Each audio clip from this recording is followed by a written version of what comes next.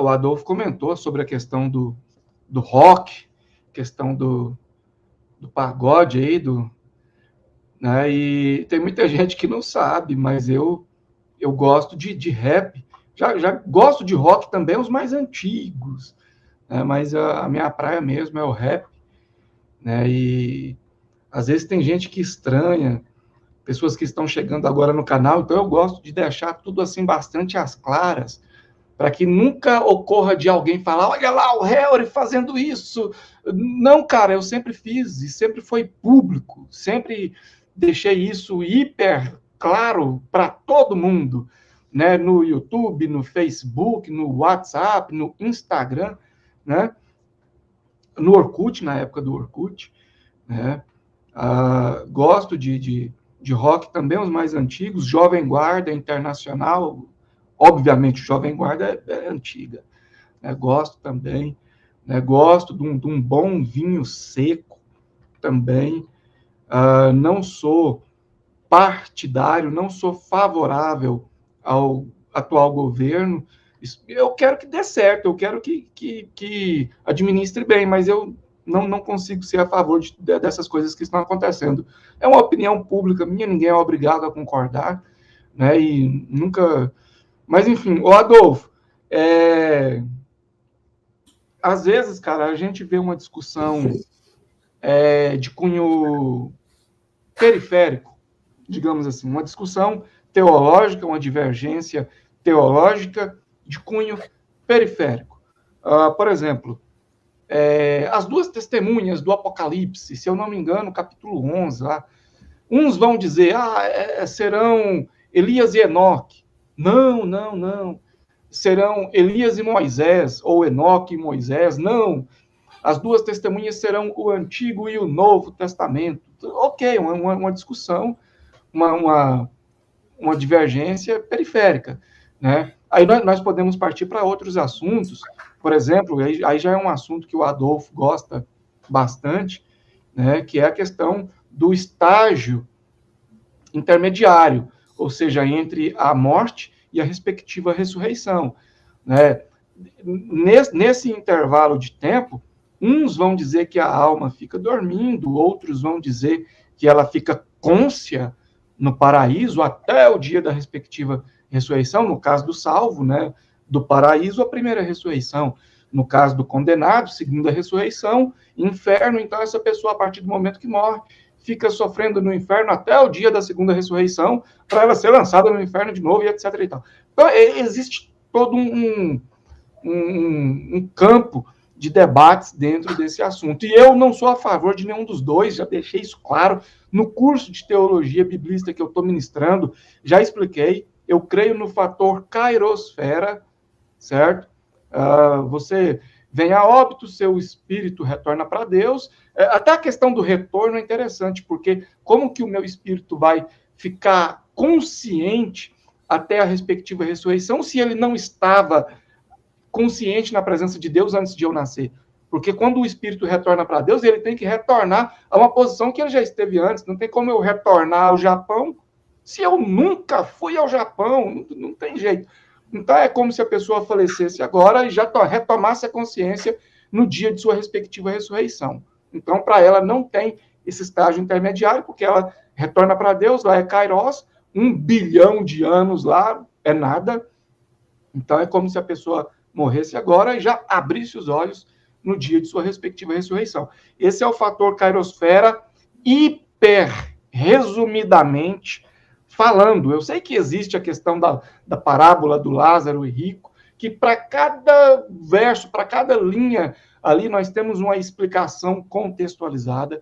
Eu sei que existe, segundo Pedro, lá onde vai falar daqueles que estão aguardando o juízo, também explico isso. Eu sei que existe Apocalipse, se eu não me engano, capítulo 6, almas debaixo. Eu sei disso tudo, cara. Mas é justamente por saber disso tudo que eu defendo o fator kairosfera. Já, por exemplo, Francisco Tourinho, amigo nosso, vai defender que existe um estágio intermediário consciente entre a morte e a respectiva ressurreição. Adolfo Euclair, até onde eu sei, pode ser que eu esteja enganado, vai defender o sono da alma, que é uma questão que é bastante defendida no meio adventista. Mas Adolfo, por decorrência disso, eu já vi muita gente dizendo que esses que defendem que a alma fica consciente depois da morte são hereges e vão queimar. E já vi também pessoas dizendo que esses que defendem o sono da alma estão indo contra as escrituras, são seita e podem queimar também. O que você acha? Você acha que ultimamente estamos dando importância demais para discussões periféricas? Você acha que essas discussões periféricas são suficientes para a gente classificar o outro como herege e que vai queimar e etc e tal? A gente já abordou isso aqui na live, já meio que de forma superficial, mas agora o Adolfo vai aprofundar um pouco mais nisso aí para a gente estar encerrando. É contigo, Adolfo. Obrigado, Harry. Cara, eu queria falar sobre política, mas não dá tempo, né? Vocês já falaram bastante e jogou uma outra pauta. É bem interessante. Mas a gente volta aqui e fala um pouquinho mais sobre isso aí. Ou uma live específica sobre isso, né? Cristãos e a política, vai ser legal. Na verdade, Harry, eu vou bater de novo na mesma tecla. O pessoal não conhece o básico, tá ligado? Os cristãos, no geral, não conhecem o básico. De onde que a Bíblia deles veio, como é que surgiu a igreja deles. Quando é que surgiu a igreja adventista? Quando é que surgiu a Assembleia de Deus? Quando é que surgiu a igreja católica? Quando é que surgiu a igreja metodista? O que é a reforma protestante? Eu vou dar um exemplo muito, muito simples para você, Harry. Eu estava trabalhando na casa de uma pessoa e o cara era um assembleianão. E ele bateu no peito e falou: 50 anos de Assembleia de Deus.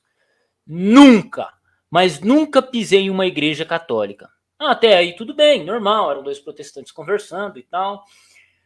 Aí eu falei para ele que eu estava estudando grego, né? Eu estava começando meus estudos de grego. Aí ele falou: mas como assim? Para quê? Ué, a Bíblia foi escrita em grego. Ué, a Bíblia foi escrita em grego? O Novo Testamento foi escrito em grego. Então, olha o nível de uma pessoa comum.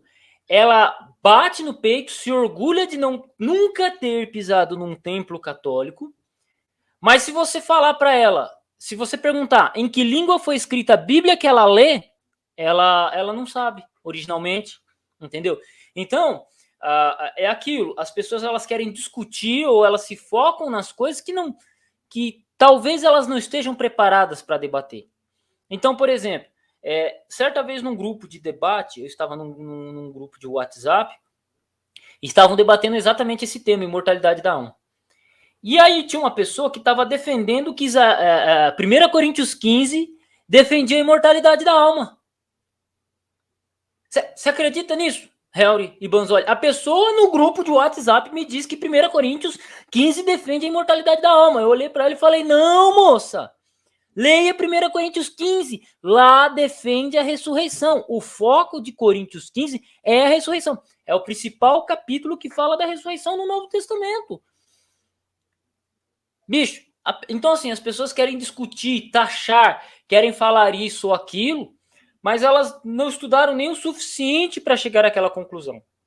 Elas ouviram alguém falando, elas não leram, elas não conferiram aprofundadamente. Elas defendem um dogma como se ele fosse bíblico, seja ele qual for, mas elas nunca pararam para estudar a origem daquele dogma.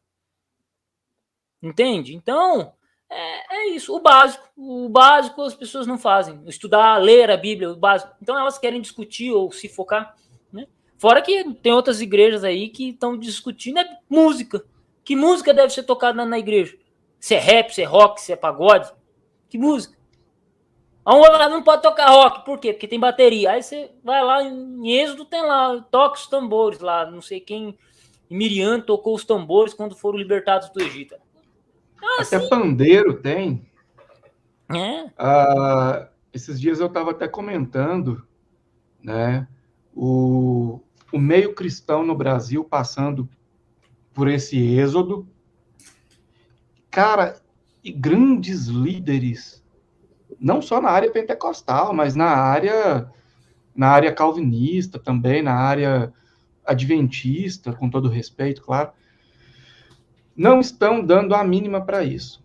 Muitos jovens saindo de suas respectivas denominações e indo para o ateísmo, nada contra a liberdade da pessoa, mas na maioria das vezes fazem isso porque não tem uma argumentação, não tem uma estrutura suficiente, e os líderes, a maioria deles, claro, não todos, mas a grande maioria continua sem fazer nada.